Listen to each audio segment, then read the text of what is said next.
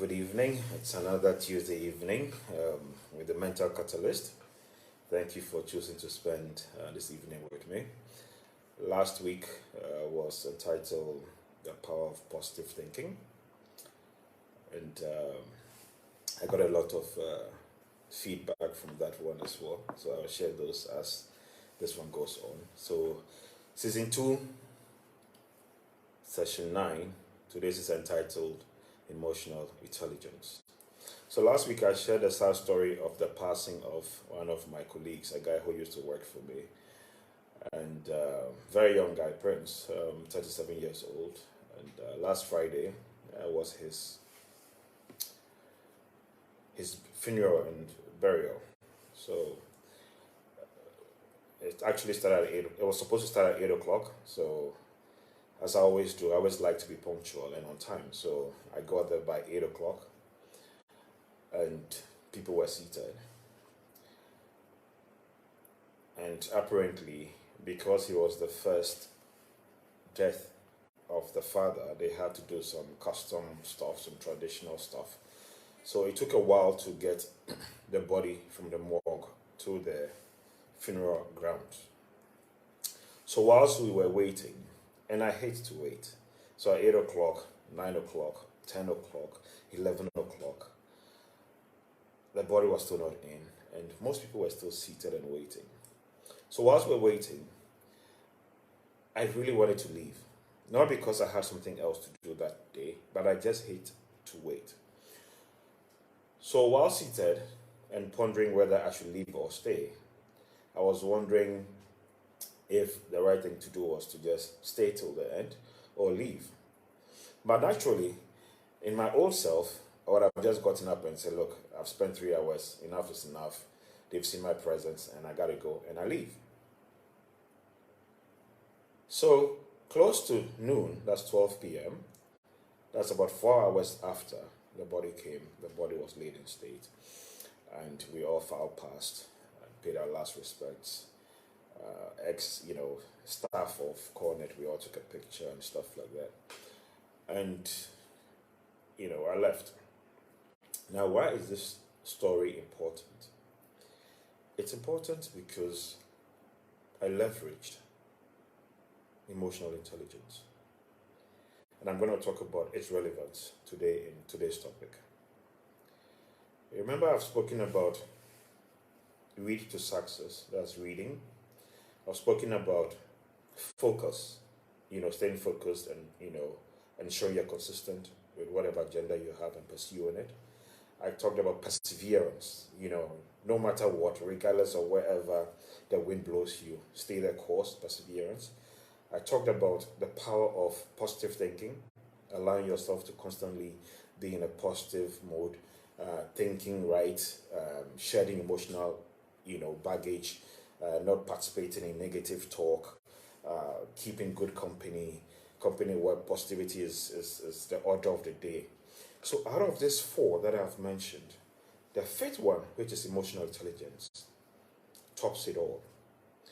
And as I have said several in the previous sessions, I've also been searching for my purpose. I've been searching for the key to success. I've been searching for, the meaning of life. I've been searching for fulfillment.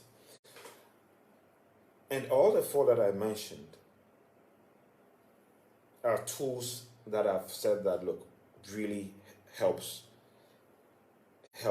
in one progressing in life, attaining whatever goals they have. But the most powerful one is emotional intelligence, which most of us don't really know about, or we have an idea, but we don't understand the true import or the power of emotional intelligence. And in the past few years, through my darkness, I'm still going through darkness anyway, but there's light at the end of the tunnel. When I look back and I reflect, I've realized that I've been able to survive largely because of how I leverage emotional intelligence. But I didn't really understand that I was leveraging and utilizing emotional intelligence in dealing with tough situations that I was confronted with, be it personal or professional. Now, as you watch this, I want you to really pay attention, and after this, go and learn and read about emotional intelligence and how you can also improve and leverage it. So, what is emotional intelligence? It's the ability to understand and manage your own emotions and those of people around you. It's what? To understand and manage your own emotions and those of people around you. So, out of the 5 tools I have mentioned, reading, staying focused, positive thinking, perseverance, and emotional intelligence, this is the key one that allows you to what? Manage and deal and handle with people around you. And people here could be people at work, people at home, people at church, people at school, wherever you may find yourself. Now, if you don't know the emotions that you go through and the importance of you understanding those emotions and how to behave and how to react, you're going to find yourself in situations where you do things, you say things, and you're going to have regrets. You're going to have regrets. Now, what are some of the elements of emotional intelligence? Self-awareness. Self-awareness, okay? You ought to be aware. You've got to be mindful, okay, of your emotions. You have to be mindful and you have to be aware. You have to be aware of how you feel. Are you sad? Are you happy? Are you blue? Are you blah? Are you angry? Are you sad? All of these emotions affect how you live, how you interact, and also affect your goal and your purpose in life. But when we don't understand the emotions we feel, how do we go about dealing with people when we are in that state or whatever state we find ourselves? Last week, my last houseboy that I had called me out of the blue. And he used a number that I didn't even know. And unfortunately for him, the whole night I didn't sleep. So I was up, tired. I was in a bad mood. I was not myself. I was just like blah. So I picked a call. I'm like, who is this? How can I help you? He mentions his name. I'm like, what's up? He says, Daddy, I have not been well. I went to the hospital. They said I need blood. And I said, okay. And I said, what do you want to do for you? He said, please, I need 300 cedis to go and get blood. Right there, because of my mood, I said to him, look, I don't have any money.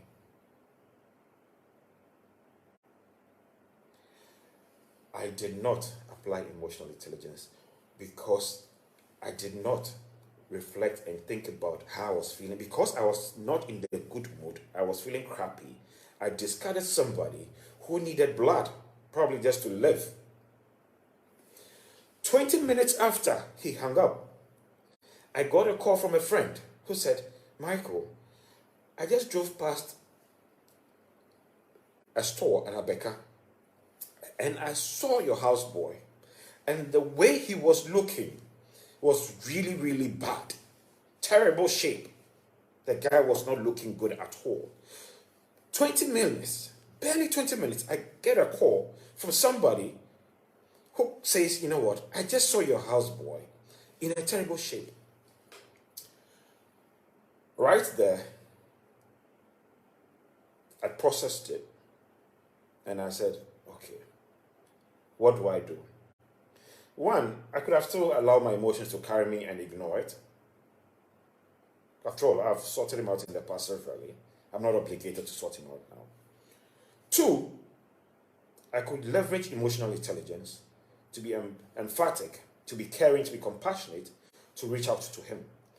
And the fact that somebody randomly sees him and calls, then obviously I also thought that, look, God is asking me to do something or to intervene. So I called him and I said, okay, what is the situation? What do you need? He says, I'm saying, no, I'm going to get you your 300. I need you to send me my receipts. Now, after that,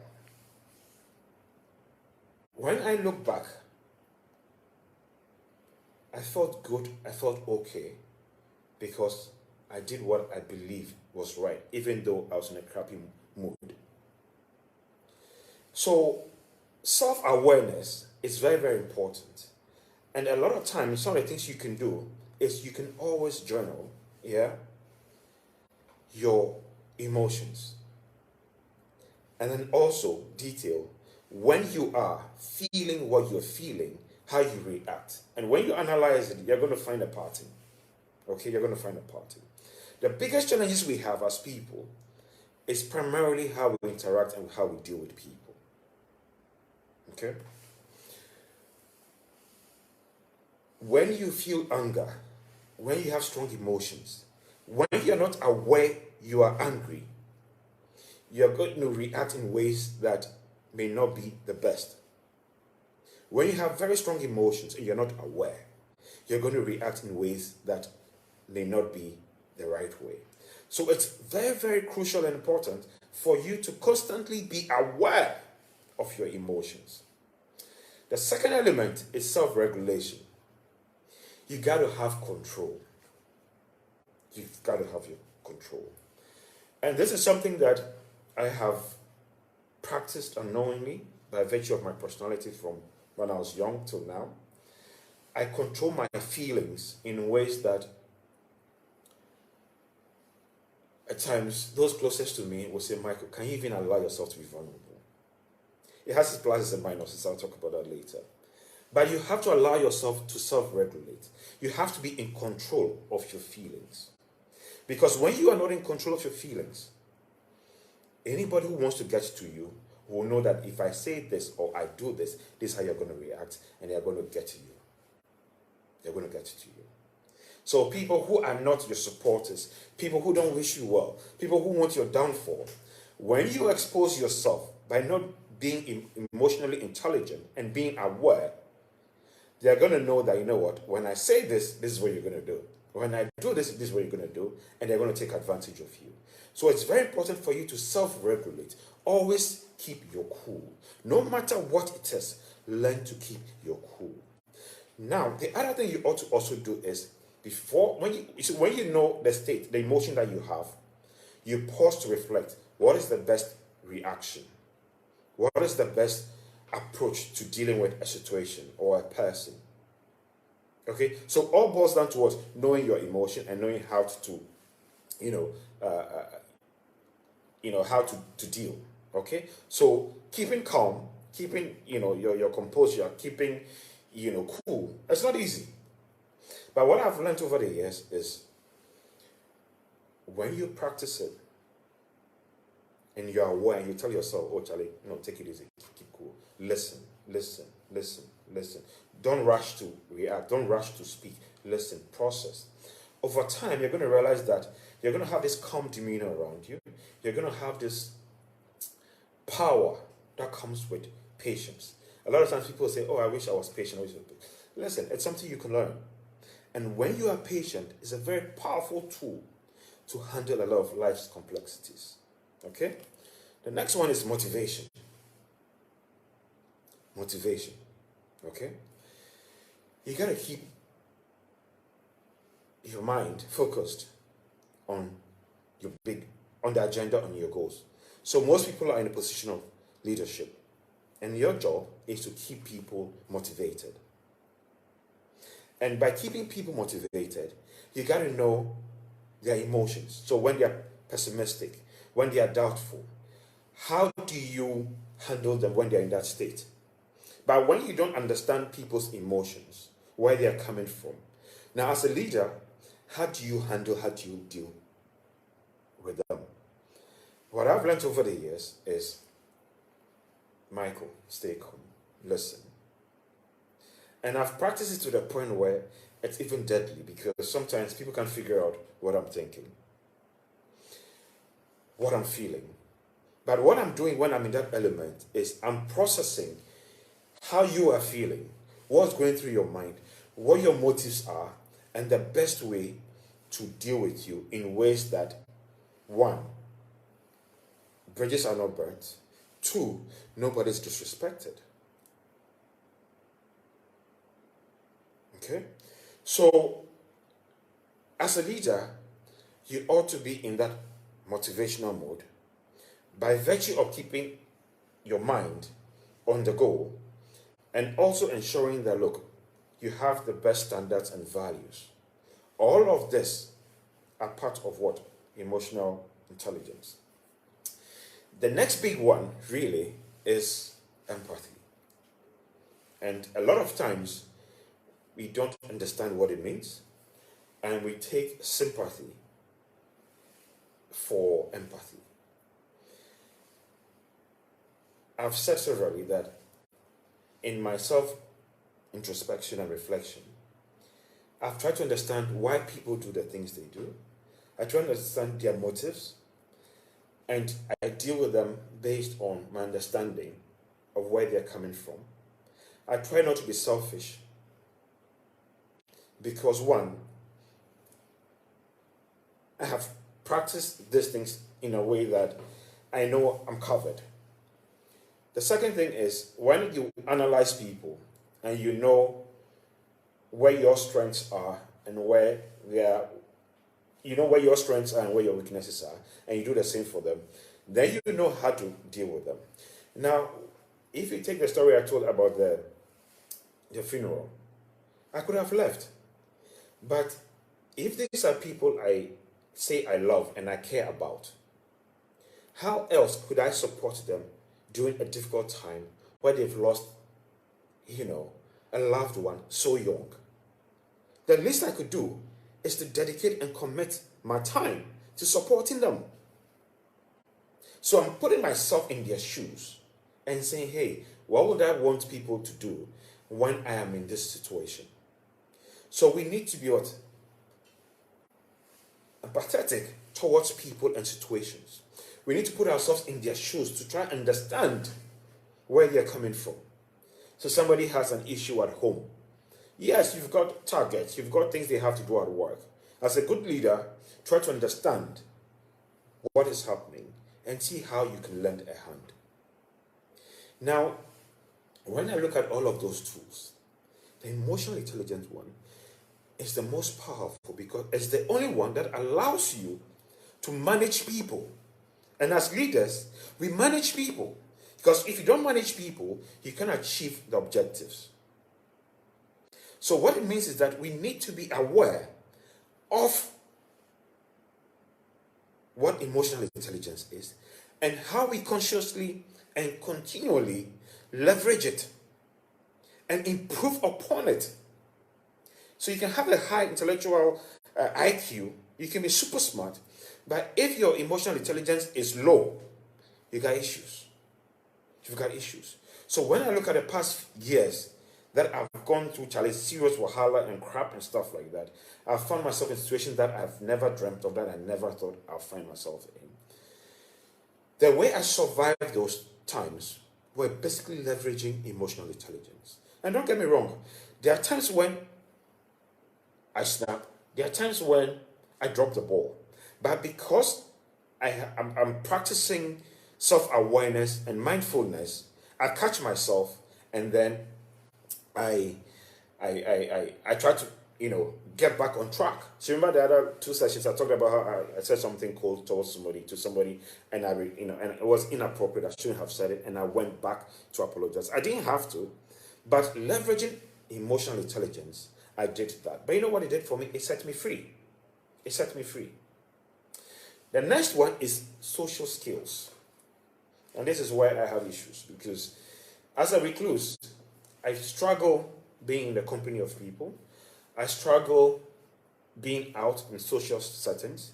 And if you observe me, you will notice that when I'm out, I cross my leg and I have my arms, kind of like crossed a certain way. If you're a body language reader, you realize that the guy is uncomfortable. And some interpret it out, the guy should go in body or whatever it is. No, because when I'm out there, I just feel unsettled, I feel weird, and I just want to be home. I just want to be alone, right? But one of the key elements of emotional intelligence is social skills. So one has to learn how to handle conflict resolution, which also stems from knowing emotions, people's motives.